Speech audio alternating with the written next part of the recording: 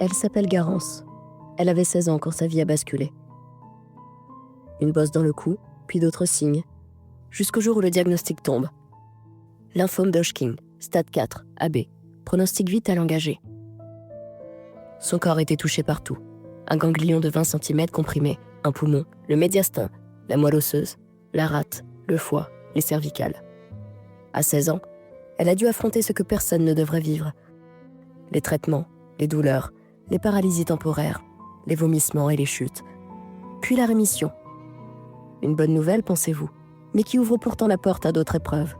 Parce que l'après-cancer peut être un champ de bataille. Parce que les séquelles peuvent être plus bruyantes que la maladie elle-même. Parce qu'elle se sent encore aujourd'hui non entendue, non comprise, invalidée. Garance vit aujourd'hui avec un corps marqué par l'épreuve. Une fatigue qui ne la quitte jamais vraiment. Des douleurs qui s'imposent jusqu'à nécessiter des traitements lourds. Des moments où ses jambes se bloquent, où ses mains cessent de répondre. Une peau devenue fragile, un souffle court, une anxiété qui surgit sans prévenir, et une fertilité qui a fallu protéger trop tôt.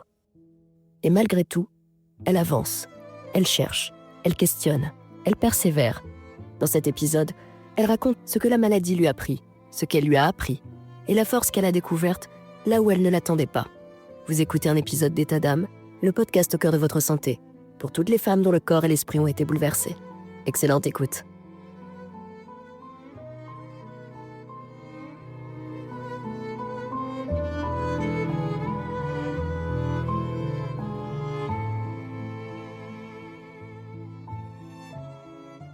Le jour où on m'a annoncé que j'étais malade, je m'en souviens très bien. J'avais 16 ans et à cet âge-là, vraiment, on pense pas à la maladie, encore moins à quelque chose de grave.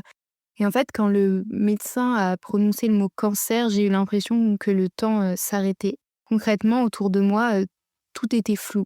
J'avais mes parents et pour autant, j'avais l'impression d'être seule au monde. Et vous voyez cette sensation de tomber dans le vide? J'ai eu exactement cette sensation-là. Et en même temps, j'avais une sorte de déni qui s'installait peu à peu parce que assez paradoxalement vis-à-vis de la situation, mon hématologue nous a fait part de ses inquiétudes vis-à-vis de son fils qui voulait à l'époque des chaussures à paillettes.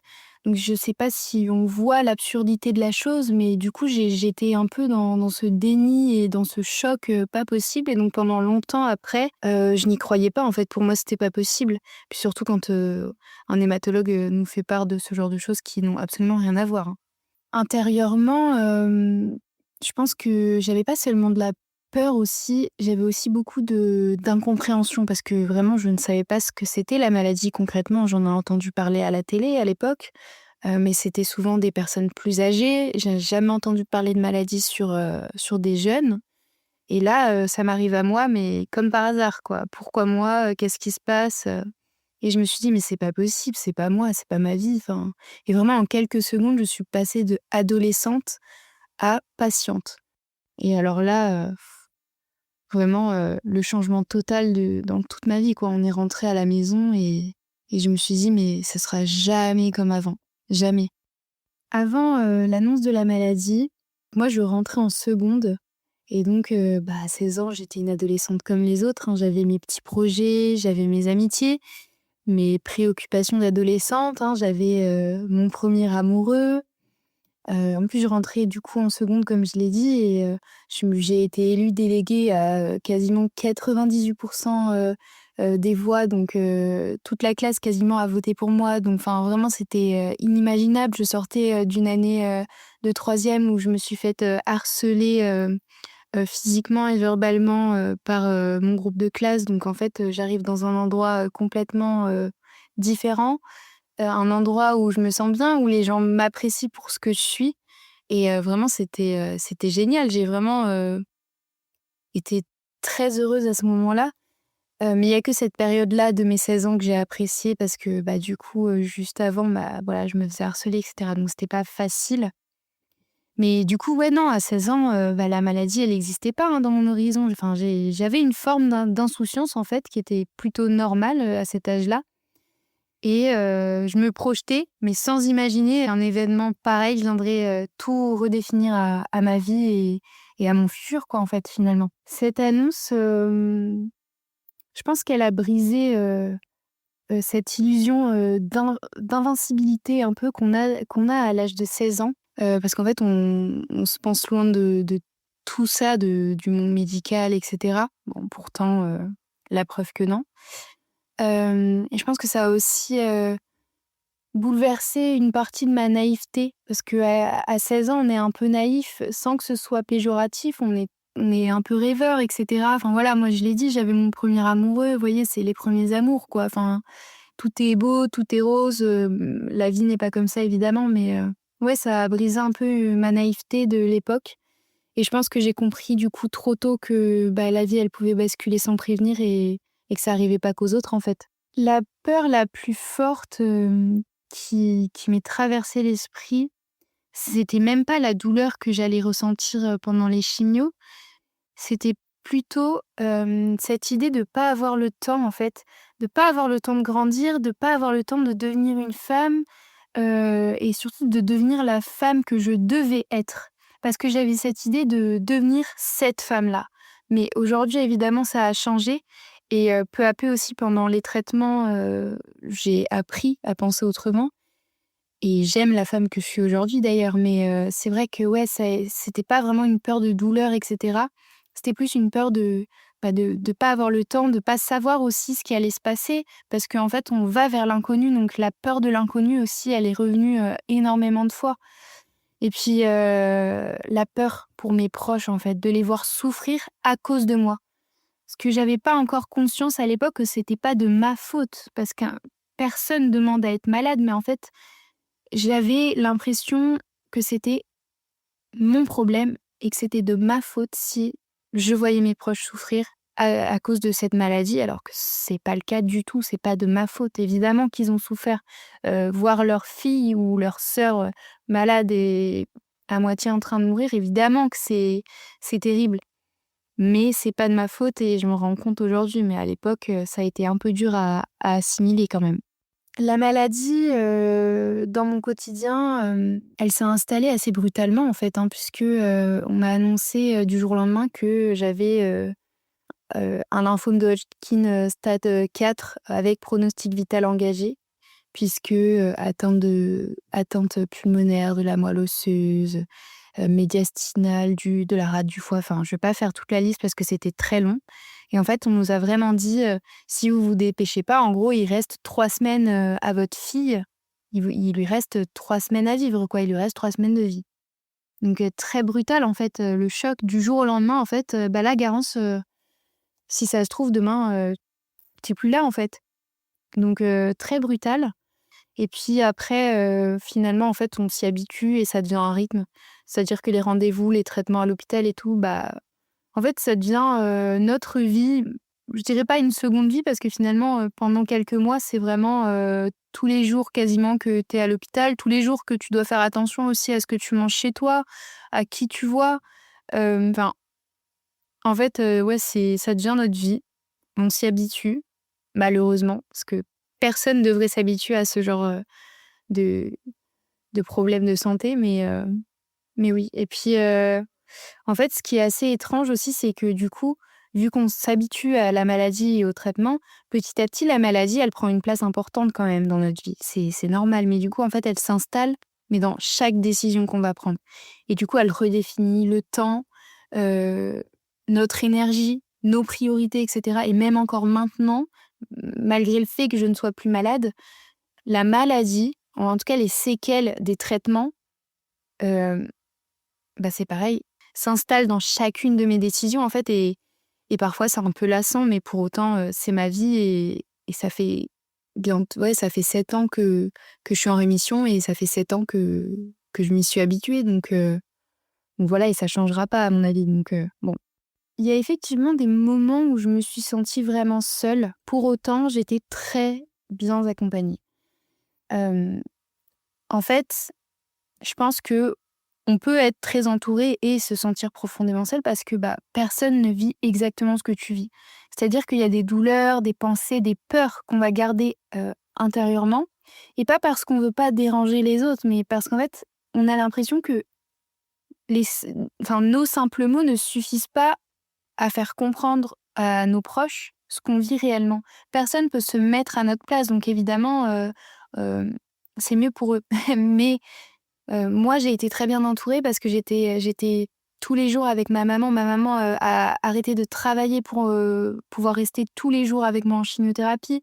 Mon papa, bien qu'il travaillait, il venait quand même de temps en temps me voir aussi à l'hôpital parce qu'évidemment, il était à la maison, il me voyait, mais il avait besoin aussi de voir ce qui se passait réellement pendant les traitements dans une chambre d'hôpital, dans le milieu hospitalier. Mais j'ai été très bien entourée et j'ai eu beaucoup de chance. Mais je pense aussi que le cancer fait peur parce que j'ai été entourée de ma famille proche, c'est-à-dire de mes parents et de mes frères. Mais le nombre d'amis que j'avais a radicalement changé, évidemment. Mon copain de l'époque, maintenant je suis plus avec. Ça a été une terrible peine, mais il m'a pas accompagnée pendant ces traitements et en fait, les amitiés et du coup, ma relation, amoureuse aussi, bah, n'auraient pas été de trop, en fait, dans l'accompagnement de mon quotidien en tant que personne malade. Pour autant, je me suis fait des amis pendant les chimios, je me suis même fait de nouveaux copains pour le peu de fois où j'allais au lycée.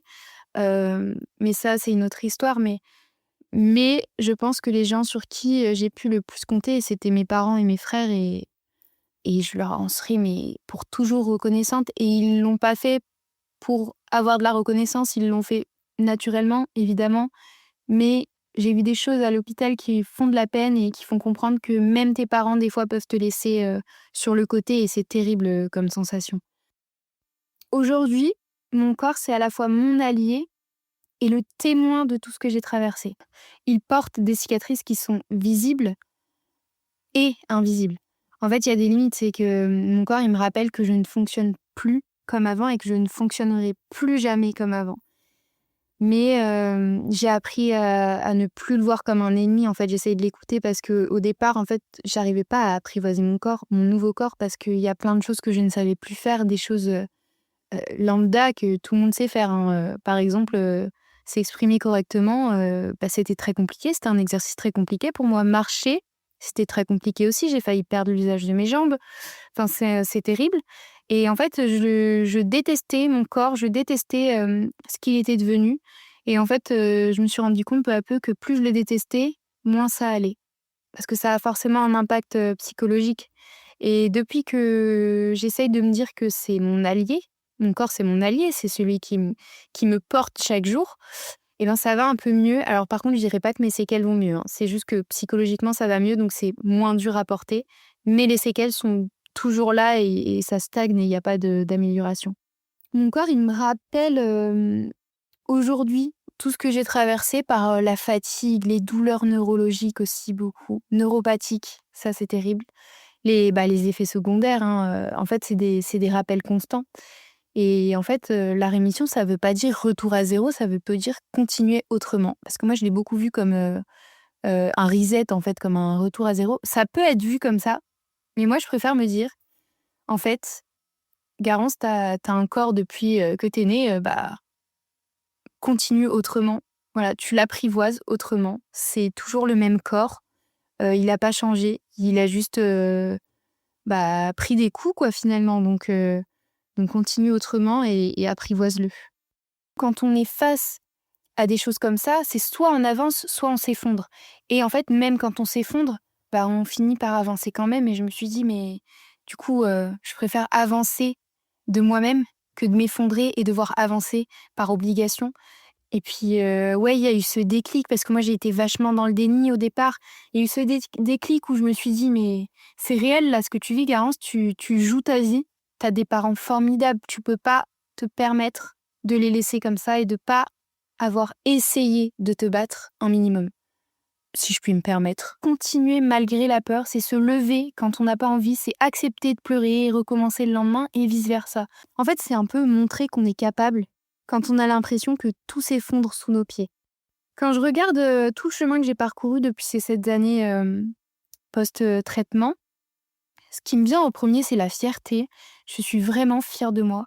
Mais c'est pas une fierté bruyante, je vais pas le crier sur tous les toits, c'est plutôt silencieux en fait, parce que c'est vraiment cette fierté d'avoir traversé quelque chose d'immense et d'être encore là. Et en plus de tout, d'oser témoigner, d'oser aider, d'oser sensibiliser aussi, du coup, parce que Moi, à l'époque, il y avait très peu de gens qui en parlaient sur les réseaux sociaux. C'était pas encore totalement, démocratisé, du coup, sur, toutes les plateformes qui puissent exister. Donc en fait, je me suis retrouvée vachement seule par rapport à ça, enfin, j'ai pas eu d'exemple plus ou moins et je me suis toujours promis que je continuerai à parler de la maladie, de l'après-cancer, de tout ce qui peut se passer aussi pour, les femmes, hein, comme, la PMA. Moi, j'ai eu affaire à une PMA à 19 ans. J'avais rien à faire là. Donc je me suis toujours promis que je continuerais. Donc en fait, c'est que de la fierté tous les jours. Je me rappelle que je suis fière de moi et quand ça va pas aussi, parce qu'il y a des jours où ça va pas et en fait, je me dis que voilà, que faudrait que j'arrête de me plaindre d'avoir mal. Faudrait que j'arrête en fait parce que, bah, il y a des gens qui malheureusement, ont pas la chance de continuer, leur vie, après une maladie. Mais faut quand même garder en tête que dans ces moments-là, bah, nous aussi on s'est battus et c'est pas de notre faute malheureusement, mais on est encore là, donc autant qu'on soit fiers de nous et qu'on essaie d'avancer et toujours, évidemment en gardant le plus de positif possible. Mais c'est tellement normal d'avoir des breakdowns, d'avoir des moments où ça va pas, où on se remet en question, où on se demande même si on est légitime d'être heureux parce que nous, on a survécu et pas d'autres. Alors vraiment, c'est des choses hyper naturelles, mais il faut quand même essayer d'avoir cette petite partie dans sa tête qui est fière de soi et qui dit: «Bah non, mais oui, t'es une bête de meuf en fait, donc continue». Moi, mes petites victoires, je dirais que, ce sont des choses simples. Par exemple, réussir à monter un escalier sans finir essoufflé. C'est horrible, vraiment. Terminer une journée de cours aussi, faire une journée complète de cours. Reprendre un projet qui me tenait à cœur. Rire sans forcément penser à la maladie pendant quelques heures aussi. En fait, c'est vraiment ce genre de choses, c'est s'évader un petit peu, se rendre compte qu'on est capable, que même si on a des difficultés, on y arrive. En fait, c'est chaque chose en son temps, quoi. C'est vraiment des petites victoires. Elles sont petites, elles prennent du temps, mais elles sont là et il faut savoir, hem, les valoriser, en fait. Mais en fait, c'est souvent des victoires que personne ne voit. Je vais pas non plus les crier sur tous les toits. Enfin, je vais pas crier: «Wouhou, j'ai monté l'escalier, tout est cool et tout», parce que les gens vont me regarder bizarrement, hein, vraiment. Mais en fait, c'est des petites victoires que nous, on voit et vraiment ça change tout et généralement, moi, ça me remet vachement de bonne humeur. La maladie, elle a transformé la femme que je suis devenue aujourd'hui, je pense, parce qu'elle m'a rendue plus consciente, plus sensible et certainement aussi plus, profonde peut-être, au niveau de mes émotions. Elle m'a vraiment enlevé cette partie d'insouciance, en fait et bien que ça a été très brutal pour moi, elle m'a donné, en fait, cette capacité d'empathie et de maturité que j'aurais peut-être jamais eue autrement ou alors, d'une manière différente et je pense qui pour la femme que je suis aujourd'hui, ça ne m'aurait pas plu. Je n'aurais pas aimé. Mais malgré le fait que ça a été brutal, je garde que le positif de ça parce que je ne suis que reconnaissante d'être la femme que je suis aujourd'hui. Parce que je pense que, j'ai pas mal de qualités grâce à tout le chemin que j'ai vécu, quoi. Enfin faut le dire aussi, quoi. Aujourd'hui, avec le recul, du coup, cette date, donc le 14 novembre 2018, elle a marqué ma vie, d'une façon assez, spectaculaire, hein, parce que, vraiment, c'est une date que je n'oublierai jamais. Il y a plein de dates durant cette période que j'oublierai jamais. Mais, pendant longtemps, ça a été surtout une date douloureuse. Aujourd'hui, je dirais que c'est plutôt une date qui marque une sorte de rupture, en fait, une sorte de renaissance. Elle fait partie de moi, mais elle me définit pas, entièrement. Elle a été là, en fait, pour me façonner. Je dirais ça comme ça et je préfère le voir comme ça, en fait. Du coup, si je pouvais, m'adresser à l'adolescente de 16 ans que j'étais, je pense que je lui dirais qu'elle va avoir peur, qu'elle va tomber, mais surtout qu'elle va survivre et qu'elle deviendra une bête de meuf, enfin surtout une femme magnifique, très intelligente et dont elle sera surtout très, très fière. Et je lui dirais que, sa fragilité ne sera jamais une faiblesse. Ça, c'est hyper important. Si j'avais pu entendre ça de moi-même à l'époque, je pense que ça aurait été tellement incroyable. Ma maman me l'a beaucoup répété. Elle m'a dit que enfin, oui, mon papa, ma maman, enfin, vraiment, des gens géniaux, i ils arrêtaient pas de me répéter que que j'étais géniale quoi dans ce combat et ils me le répètent encore aujourd'hui. Ils ont halluciné, par rapport à toute la résilience que en peu de temps j'ai acquéri quoi et encore maintenant quoi, c'est génial de pouvoir l'entendre encore maintenant. Ça te rappelle et ça te remet les pieds sur terre, hein. Si j'avais un message à transmettre à celles et ceux qui vivent une épreuve, de santé, je dirais qu'on a le droit d'être fatigué, qu'on a le droit de pas être fort tous les jours et que la guérison, elle ne se mesure pas seulement aux examens médicaux, elle se mesure aussi à, notre capacité à continuer à exister malgré tout. Surtout, faut écouter son corps. N'hésitez pas aussi à avoir des contre-avis de vos médecins parce que parfois certains médecins ne vont pas vous donner de solution. Vous allez être face à vous-même, seul finalement. Pour autant, il faut continuer à se battre et il faut vraiment garder les pieds sur terre et ne pas s'effondrer parce que la vie, elle vaut le coup d'être vécue, vraiment.